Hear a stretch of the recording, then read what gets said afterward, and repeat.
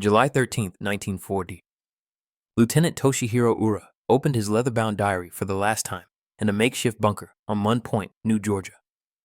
His hands trembled as he wrote by candlelight, not from fear, but from the weight of what he had witnessed over the previous 72 hours.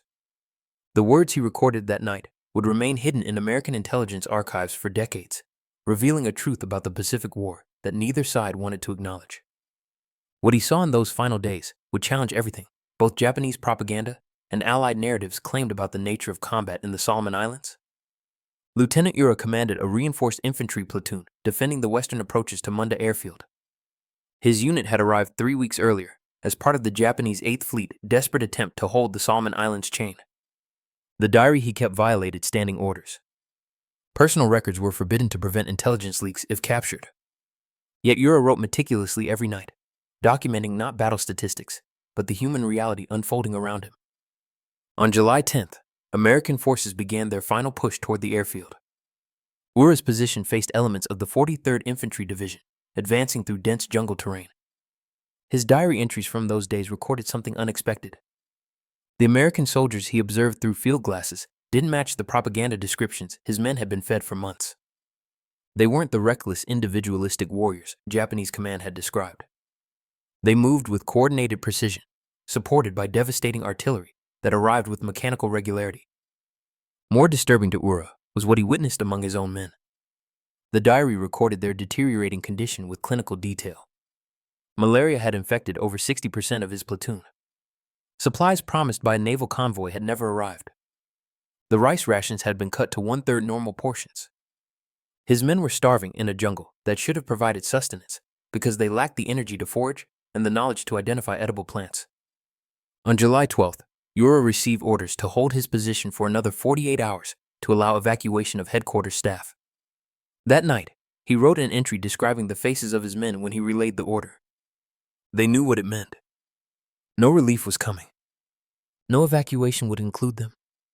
They were being sacrificed to buy time for officers to escape. His final entry on July 13th contained a single paragraph that American translators would flag as significant when the diary was recovered 3 weeks later. The battle for Mund Point represented a critical phase in the Allied campaign to neutralize Japanese air power in the Solomon Islands. The airfield at Munda had been operational since December 1942, giving Japanese bombers and fighters a forward base to threaten Allied shipping lanes and support positions throughout the region. Control of Munda would shift the balance of air superiority in the Central Solomons. The new Georgia campaign began on June 30th, 1943, when American forces landed on Renova Island to establish artillery positions within range of Manda. The Japanese garrison defending the airfield numbered approximately 10,000 troops, but they faced crippling disadvantages. Naval supply lines had been severed by American air and submarine attacks. The jungle terrain that should have favored defenders instead became a trap, as disease and malnutrition devastated units faster than combat. Lieutenant Ura's unit represented the typical composition of Japanese forces in the Solomons by mid-1943. His men were a mix of regular infantry and hastily trained replacements. Many had been transferred from garrison duty in Malaria and had no experience with jungle warfare or tropical diseases. The Japanese command structure assumed that fighting spirit and tactical aggression would compensate for material shortages. Ura's diary would document the fatal consequences of this assumption. The American forces advancing on Munda employed a methodical approach that contrasted sharply with Japanese tactics. Rather than rushing forward, they established secure supply lines, built field hospitals, and coordinated massive artillery bombardments before each advance. This systematic approach frustrated Japanese commanders, who expected rapid assaults they could counter with surprise attacks and close combat. Ura observed this pattern and recognized its significance. Ura's diary entries from late June through mid-July 1943 provided American intelligence officers with an unprecedented window into Japanese defensive operations and morale. The document was recovered on August 3rd when Marine Patrol secured the Western Bunker Complex, where URA's unit had made its final stand. The diary was found in a waterproof pouch alongside URA's personal effects and military documents. The translation process revealed details that challenged American assumptions about Japanese military effectiveness. Intelligence analysts had believed Japanese units maintained cohesion and fighting capability until physically destroyed. Ura's diary showed a different reality. His unit had begun disintegrating weeks before the final American assault, not from combat losses, but from systemic failures in logistics and medical support. The entries from early July described the daily routine of a unit in terminal decline. Morning formations revealed men too weak to stand. Medical supplies consisted of bandages and iodine, no quinine for malaria, no antibiotics for infected wounds, no plasma for shock treatment. Ura recorded that his unit's medical corpsman had committed suicide on July 8th after watching 3 men die from treatable dysentery. The corpsman left a note saying he could no longer bear the helplessness of watching men die from lack of basic medicines. Food supplies had become critical by the second week of July. The diary documented the breakdown of the naval supply system that was supposed to sustain Japanese garrisons throughout the Solomons. Ura's unit had been promised regular deliveries by fast destroyer runs, the Tokyo Express convoys that had successfully supplied Guadalcanal. But American air superiority had made these runs impossible. The last supply delivery his unit received arrived on June 24th, nearly 3 weeks before the final battle. The diary revealed how quickly malnutrition degraded combat effectiveness. By July 10th, Ura estimated that fewer than 30 of his original 85 men could perform combat duties. The rest were incapacitated by disease, malnutrition, or wounds that wouldn't heal due to weakened immune systems. He described men who could barely lift their rifles, who fell asleep during guard duty, not from negligence, but from exhaustion, who hallucinated from fever and starvation. What made Ura's observations particularly valuable to American intelligence was his analytical approach. Unlike most captured documents that focused on tactical details or propaganda rhetoric, Ura's diary attempted to understand why his unit was failing. He had been educated at the Imperial Japanese Army Academy and had studied military history and logistics. His entries compared Japanese and American operational methods with striking clarity. On July 11th, Ura wrote an extended analysis of American artillery tactics. He had observed that American guns fired, according to precise schedules, coordinated with infantry movements. The bombardments weren't random harassment, but carefully planned strikes designed to suppress specific defensive positions before assaults. He noted that American forward observers communicated constantly with artillery batteries, adjusting fire in real time based on observed effects. Japanese artillery, when available, fired predetermined barges with no adjustment mechanism. The diary described the psychological impact of this systematic American approach. Ura's men had been trained to expect aggressive enemy attacks they could meet with counterattacks and close combat. Instead, they faced an enemy that advanced slowly, methodically behind walls of artillery fire and airstrikes. There was no opportunity for the decisive close-quarters battle that Japanese tactical doctrine emphasized. The Americans simply ground forward, destroying defensive positions with overwhelming firepower before infantry ever made contact. Ura recorded conversations with other officers defending nearby sectors. They shared his growing realization that Japanese tactical doctrine had become obsolete. The emphasis on fighting spirit and aggressive tactics assumed rough parity in firepower and logistics against an enemy with massive material superiority and systematic operational methods. Traditional Japanese tactics were suicidal. Yet command continued issuing orders based on outdated assumptions about how battles would unfold. The diary's most significant entries came in the final days before Ura's death. On July 12th, he wrote about receiving the order to hold his position for 48 hours. He understood immediately that this was a death sentence. Headquarters was evacuating by barge to Kolombangara Island, abandoning forward units to delay the American advance.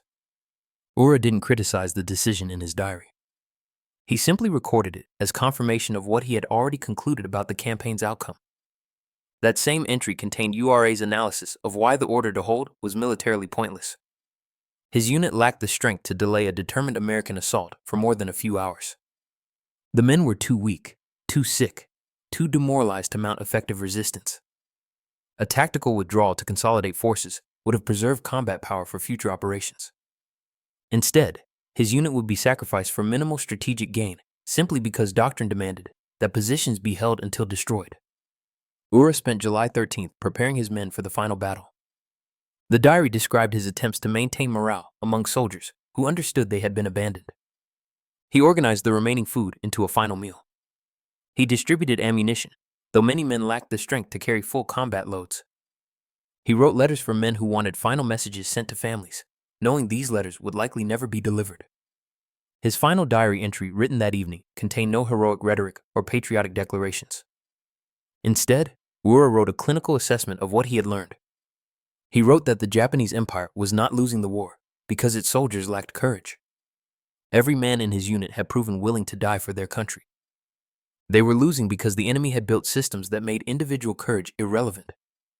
The Americans had systems for feeding troops in the jungle, for treating malaria, for delivering ammunition, for coordinating artillery and air support, for evacuating wounded, for replacing losses. Japan had slogans about fighting spirit. Ura concluded his diary with a prediction. He wrote that unless Japan could match American logistical and organizational capabilities, the war would end in complete defeat, regardless of how bravely individual soldiers fought. Tactical victories might be possible, but strategic success required the systematic approach that only the Americans had mastered. His final sentence stated that he hoped someone would read these words and understand that courage alone could never defeat an enemy with superior systems. American forces overran Ura's position on July 14th. The assault lasted less than 2 hours. Most of the Japanese defenders were too weak to resist effectively. Ura was killed by artillery fire before American infantry reached his bunker. The diary was discovered 3 weeks later during cleanup operations and forwarded to intelligence analysts in Guadalcanal. The translation of Ura's diary created significant discussion among American intelligence officers. Some dismissed it as defeat propaganda or unreliable personal opinion. Others recognized it as an accurate assessment of Japanese logistical failures. The diary was classified and filed in intelligence archives, where it remained largely forgotten for decades. Modern historians who have studied Ura's diary consider it one of the most insightful Japanese documents from the Pacific War. It provides rare evidence of how mid-level Japanese officers perceived the growing disparity between Japanese and American military capabilities. Ura's analysis of systematic versus individualistic approaches to warfare has been cited in numerous studies of Pacific theater operations. The fall of Manda Airfield on August 5, 1943, confirmed Ura's predictions. Japanese forces evacuated to Kolombangara and eventually withdrew from the Central Solomons entirely. The campaign demonstrated that Japanese defensive tactics could not overcome American material and organizational superiority. Every subsequent battle in the Pacific followed the pattern Ura had identified. Systematic American advances grinding down Japanese positions that lacked adequate supply and support. The diary also revealed the human cost of Japan's strategic failures. Ura's unit suffered an 80% casualty rate, but fewer than 20% of those casualties resulted from direct combat. The majority died from disease, malnutrition, and lack of medical care. This pattern repeated across Japanese garrisons throughout the Pacific. Soldiers died not from enemy action, but from their own military's inability to sustain forces in the field.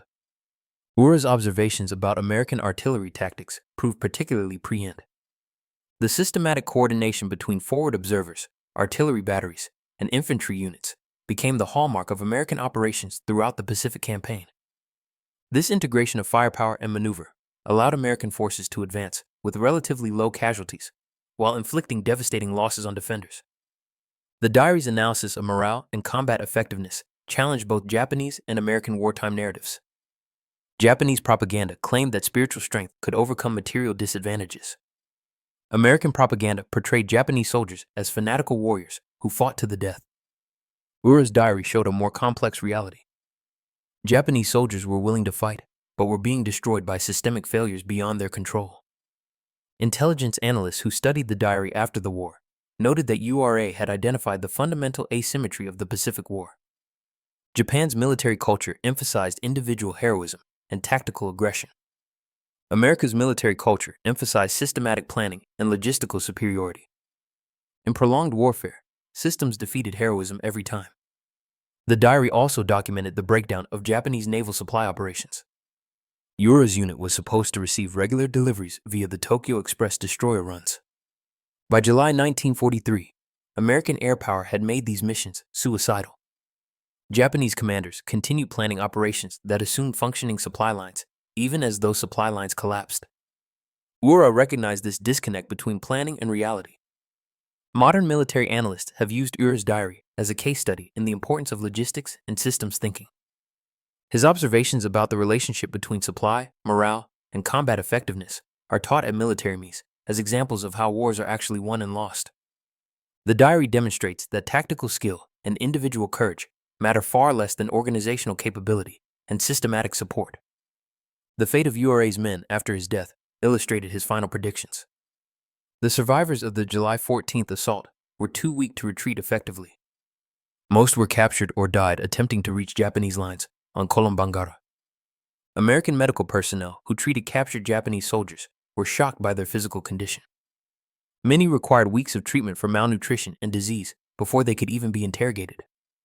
Lieutenant Ura's diary stands as one of the most honest assessments of Japanese military failures in the Pacific War, written by a serving officer.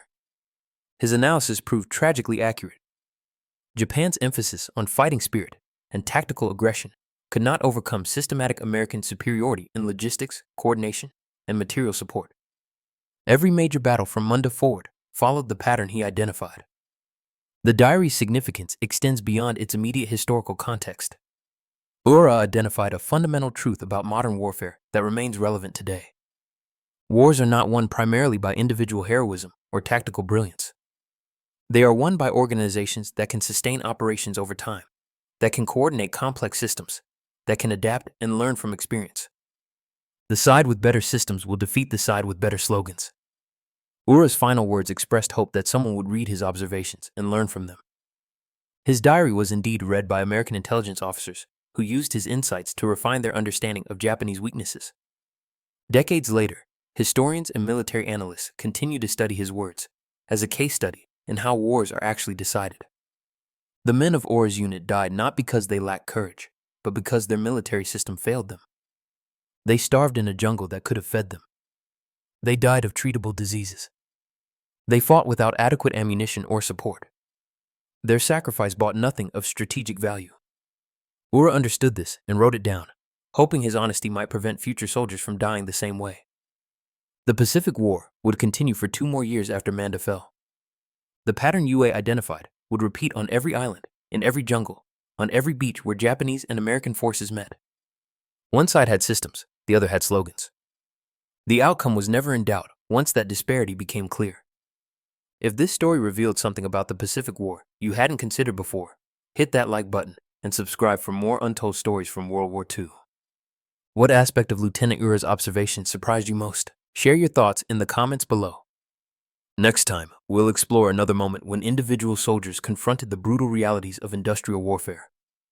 Thanks for watching, and remember, history is written by those who understand that courage alone is never. If you enjoyed this video and want to see more stories from World War II, make sure to subscribe to the channel. Your support helps us bring more forgotten battles, hidden histories, and untold soldier stories to life. And let me know your thoughts in the comments. What event or perspective would you like to see next? I read every comment.